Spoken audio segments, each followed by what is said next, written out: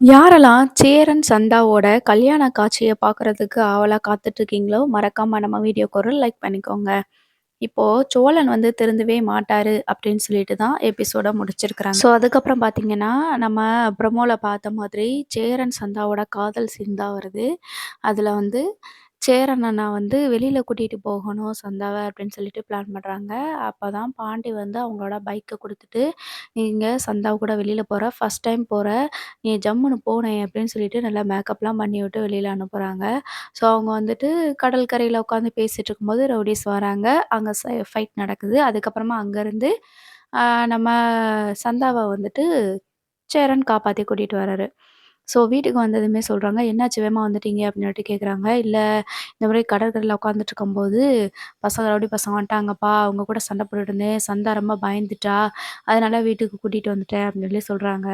வீட்டுக்கு வந்ததுமே சந்தா வந்துட்டு சேரன வந்து ஹக் பண்ணிக்கிட்டு, "ஆ எனக்கு உங்க கூடவே இருந்துரலாம் போல இருக்குது." அப்படின்னு சொல்லி சொல்றாங்க. வீட்ல இருக்கவங்க எல்லாருமே வந்துட்டு, "பேசாம சந்தாவ சேரனனுக்கு கல்யாணம் பண்ணி வச்சிரலாமா?" அப்படின்னு சொல்லிட்டு யோசிக்கிறாங்க. சந்தாவுக்கு நம்ம வீட்ட பத்தி எல்லாமே தெரியும். அதனால பேசாம கல்யாணம் பண்ணி வச்சிடலாமே அப்படின்னு சொல்லும்போது தான், நடேசன் அங்கிள் இருந்துட்டு சொல்றாங்க, "இல்ல நீ வந்து ஹிந்திக்கார பொண்ணெல்லாம் நம்பாத" அப்படின்னு சொல்லி சொல்றாங்க. நிலா இருந்துட்டு, "எல்லாருமே ஒரே மாரி இருக்க மாட்டாங்க. நீங்க கொஞ்சம் சும்மா இருங்க அங்கிள்" அப்படின்னு சொல்லி சொல்லிடுறாங்க. "சந்தாவ பத்தி தான் நமக்கு தான் தெரியுமே" அப்படின்னு சொல்லி சொல்றாங்க. அப்பதான் அவங்க வீட்ல இருந்து யாராவது வந்தாங்கன்னா பெரிய பிரச்சனை ஆயிரும். அதனால வேண்டான்னு சொல்லி சொல்லிட்டு இருக்கிறாங்க. அப்போ சேரன் வந்துட்டு, "யார் வந்தாலும் பரவால்ல. சந்தாவ நான் விடவே மாட்டேன். நான் கல்யாணம் பண்ணிக்கிறேன்" அப்படின்ற மாரி சொல்லியிருக்கிறாங்க. ஸோ, இப்ப என்ன பிளான் பண்றாங்கன்னா, அடுத்து சேரன், சந்தா கல்யாணத்த வந்து வச்சிடலாம் அப்படின்னு சொல்லிட்டு நினைக்கிறாங்க. அதுக்காக அனீஸ் பாய்ட்ட கூப்பிட்டு பேசலாம். இதனால அவங்க வீட்ல யார் யார்கிட்ட சொல்லணும், என்னதுன்னு பேசலாம். கண்டிப்பா நம்ம கல்யாணம் பண்ணி வச்சுட்டு கூட அதுக்கப்புறம் நம்ம சொல்லிக்கலாம். ஜஸ்ட் ரிஜிஸ்டர் ஆஃபீஸ்ல வச்சுட்டு ரிஜிஸ்டர் மேரேஜ் பண்ணிக்கிருவோம். அதுக்கப்புறமா மத்த விஷயங்கள அடுத்து பார்த்துக்குருவோம். அப்புறம் எந்த பிரச்சனையும் வராதுல்ல. அப்போ சந்தா நம்ம வீட்டு பொண்ணாயிருவாங்கல்ல அப்படின்னு சொல்லிட்டு டிஸ்கஸ் பண்ணிட்டு இருக்கிறாங்க. ஸோ, நமக்கு வந்துட்டு அடுத்ததா சேரன், சந்தா கல்யாணம் தான் இருக்கும்னு நெனைக்கிறேன். மறுநாள் வந்துட்டு எல்லாருமே ஜாலியா சிரிச்சுட்டு சந்தோஷமா இருக்கிறாங்க. சேரன் அண்ணனுக்கு கல்யாணம் முடிய போகுது. நம்ம வந்து ரிஜிஸ்டர் ஆஃபீஸ்ல வச்சுட்டு ரிஜிஸ்டர் மேரேஜ் பண்ணிருவோம். அதுக்கப்புறம் எதுனாலும் பார்த்துக்கலாம் அப்படின்னு சொல்லிட்டு ரொம்ப குஷியா இருக்கும்போது, அந்த நேரம் பார்த்துட்டு நம்ம நிலாவுக்கு வந்துட்டு ஒரு லெட்டர் வருது. அந்த லெட்டர்ல என்ன வந்திருக்கு அப்படின்னு சொல்லி பார்த்தீங்கன்னா, டிவோர்ஸ் ஆகுறதுக்கான அந்த ஃபைனல் ஹியரிங் வந்து வந்திருக்குது.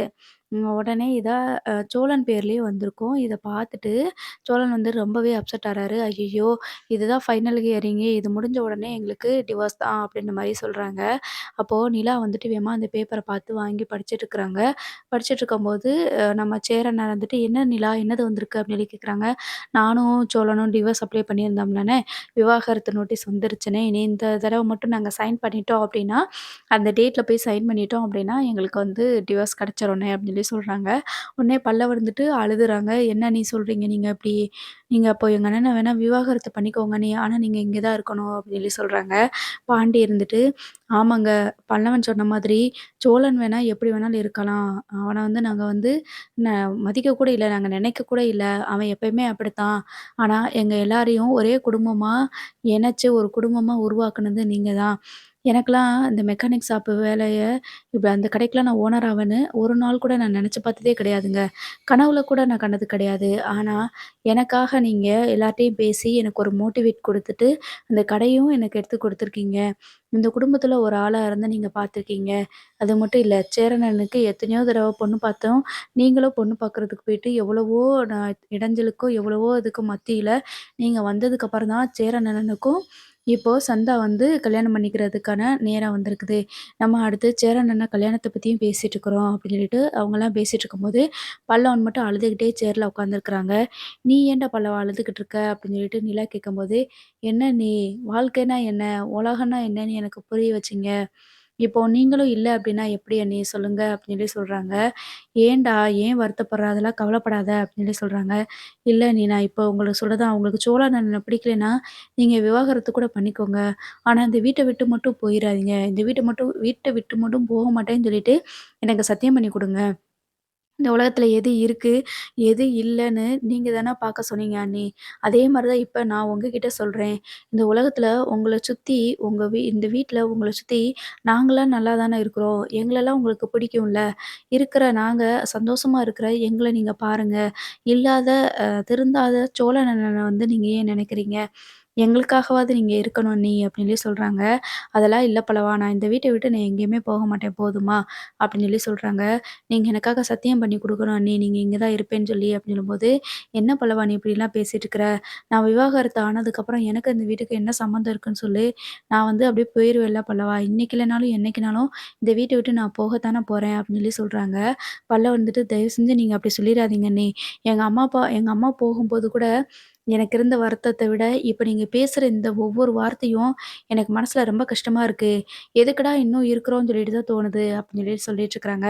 பாண்டியும், ஆமா, நீங்க தான் வந்து என்னைய ஒரு ஓனர் ஆக்கி பார்க்கணும்னு பார்த்துருக்கீங்க. எங்க குடும்பத்தில யாருக்குமே இப்படி ஒரு யோசனை வந்ததே கிடையாது.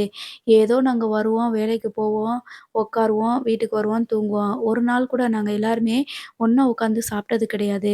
ஹோட்டல்ல போய் நாங்க சாப்பிட்டதே கிடையாது. முதல் முறையா நீங்க தான் கூட்டிட்டு போனீங்க. இந்த குடும்பத்தில பொண்ணே தங்காத குடும்பம் அப்படின்னு சொல்லிட்டு இந்த ஊர் முழுக்க பேசிக்கிட்டு இருந்தாங்க. ஆனா, நீங்க அந்த வார்த்தைய மாத்துனீங்க. எங்க மேல இருக்கிற எங்க குடும்பத்து மேல இருக்கிற எல்லா பேரையும் நீங்க மாத்திட்டீங்க. இப்ப எல்லாருமே எங்களையும் ஊர்ல ஒரு ஆளா மதிக்கிறாங்க. அப்படி நினைக்கும்போது எங்களுக்கு ரொம்ப சந்தோஷமா இருக்கு அப்படின்னு சொல்லி சொல்றாங்க. சேரன் இருந்துட்டு, இவங்களுக்கெல்லாம் தெரியாத விஷயங்கள் கூட நமக்கு தெரியுமா? இந்த குடும்பத்தில ஒரு நல்ல ஒரு பெண்ணா இருந்து இந்த குடும்பத்த நீ கட்டி காப்பாத்துன. நீ டிவோர்ஸ் மட்டும் வாங்கிட்டு போயிறாதம்மா. எனக்காக நான் கெஞ்சி கேட்டுக்கிறேன். சோழன் கண்டிப்பா திருந்திருவான். அவன் பிறவியிலேருந்தே அப்படிதான். அவன அப்படியே வளர வச்சுட்டேன் நானு.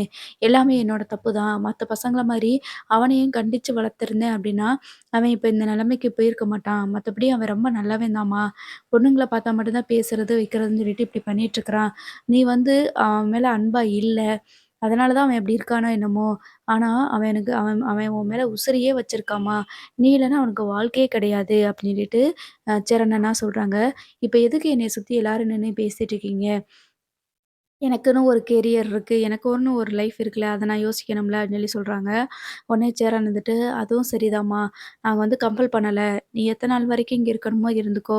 நீ டிவோர்ஸ் ஆனதுக்கப்புறமும் நீ இங்க இருந்து இருக்கக்கூடாது அப்படின்னு நாங்க சொல்லவே மாட்டோம். நீ இங்க இருக்கலாம். நீங்க நல்லபடியா இங்க இரு. உன்னோட லைஃப்ப பாரு. உன்னோட கேரியர பாரு" அப்படின்ற மாரி சொல்றாங்க. அப்போ பல்லவன் வந்துட்டு ரொம்ப அழுதுட்டே இருக்கிறாங்க. "வேண்டாம் அண்ணி. விவாகரத்து மட்டும் பண்ணாதீங்க. எவ்வளோதான் நாங்க சோழன் அண்ணன வந்து சொன்னாலும் கூட, சோழன் அண்ணனுக்கு உங்க மேல அவ்ளோ லவ் இருக்குது. நீங்கன்னா சோழன் அண்ணனுக்கு அவ்ளோ இஷ்டம். உங்கள ஆரம்பத்த பார்த்த நாள்ல இருந்து இப்போ வரைக்கும் சொல்லிட்டே இருப்பாங்க. அவர் வந்து அப்படியே வளர்ந்துட்டாரு. மத்தபடி அவர் மேல எந்த தப்பும் கிடையாது. அவர் ரொம்ப பாசமானவர் அண்ணி. உங்கள ரொம்ப நல்லா பார்த்துக்குருவாரு அப்படின்னு சொல்லிட்டு சொல்றாங்க. நீங்க ஏன் எங்க அண்ணன கல்யாணம் பண்ணிக்கணும்? நீங்க எங்க அண்ணன ஏத்துக்கணும்னு உங்களுக்கு ஏன் தோணல? அப்படின்னு சொல்லி சொல்றாங்க. பாண்டி இருந்துட்டு, அவன் பண்ண காரியத்துக்கு அப்ப யாரு தான் இப்படி ஏத்துக்குருவா சொல்லு?